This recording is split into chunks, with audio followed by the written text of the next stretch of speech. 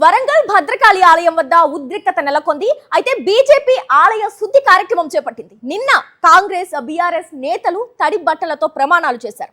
దీంతో భద్రకాళి ఆలయాన్ని అపవిత్రం చేశారని బీజేపీ నేతలు భద్రకాళి ఆలయాన్ని సంప్రోక్షణ చేసేందుకు వెళ్లగా పోలీసులు వారిని అడ్డుకున్నారు.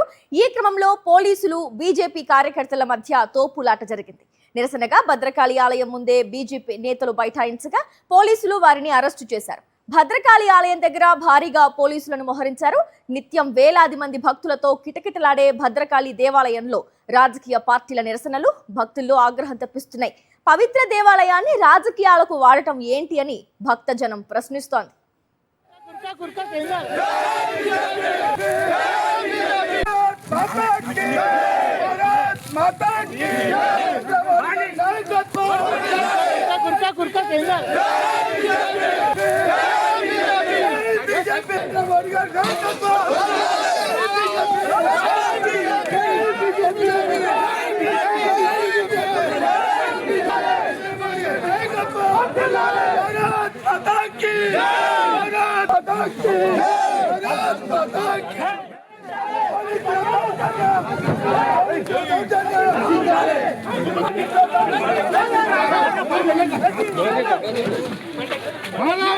माता की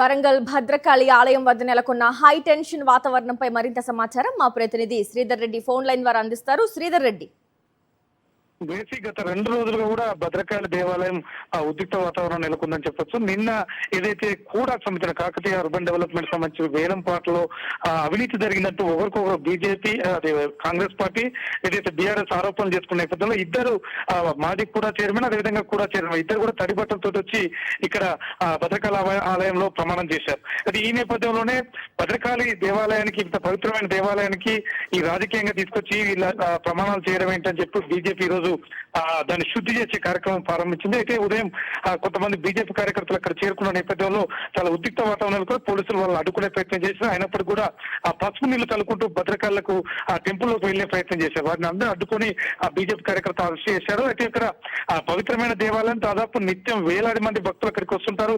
గత 2 రోజులుగా అక్కడ రాజకీయ నాయకులు టెన్షన్ వాతావరణం చూస్తే మాత్రం భక్తులు ఆగ్రహం వ్యక్తం చేస్తున్నారు. ఇటువంటి వాటికి రాజకీయాలకు ఇటువంటి టెంపుల్స్ దూరం ఉంచాలని చెప్పేసి విజ్ఞప్తి చేసే పరిస్థితున్నారు. ఏది ఏమైనప్పటికీ కూడా బీజేపీ నేతలు మాత్రం గతంలో ఏదైతే 10 సంవత్సరాల పరిపాలనలో తెలంగాణ అప్పుడు చేసిన రాష్ట్ర సమితి కూడా ఇదే విధంగా అవినీతికి పాల్పడింది. ఇప్పుడు కూడా 2.5 ఏళ్ళలో కూడా పూర్తి స్థాయిలో కూడా దేశంలో అవినీతి జరుగుతుందంటూ ఆరోపణ చేస్తున్నారు. వీళ్ళే పవిత్రమైన దేవాలయానికి వచ్చి ప్రమాణాలు చేయడం ఏంటంటూ బీజేపీ నేతలకు వస్తాయి. ఏది ఏమైనప్పటికీ కూడా సమస్య మాత్రం సద్దుమరిగింది. బీజేపీ నేతలను కొద్దిసేపటి క్రితమే అరెస్ట్ చేసి వివిధ పోలీస్ స్టేషన్ తరలించారు. Thank you Sridhar Reddy.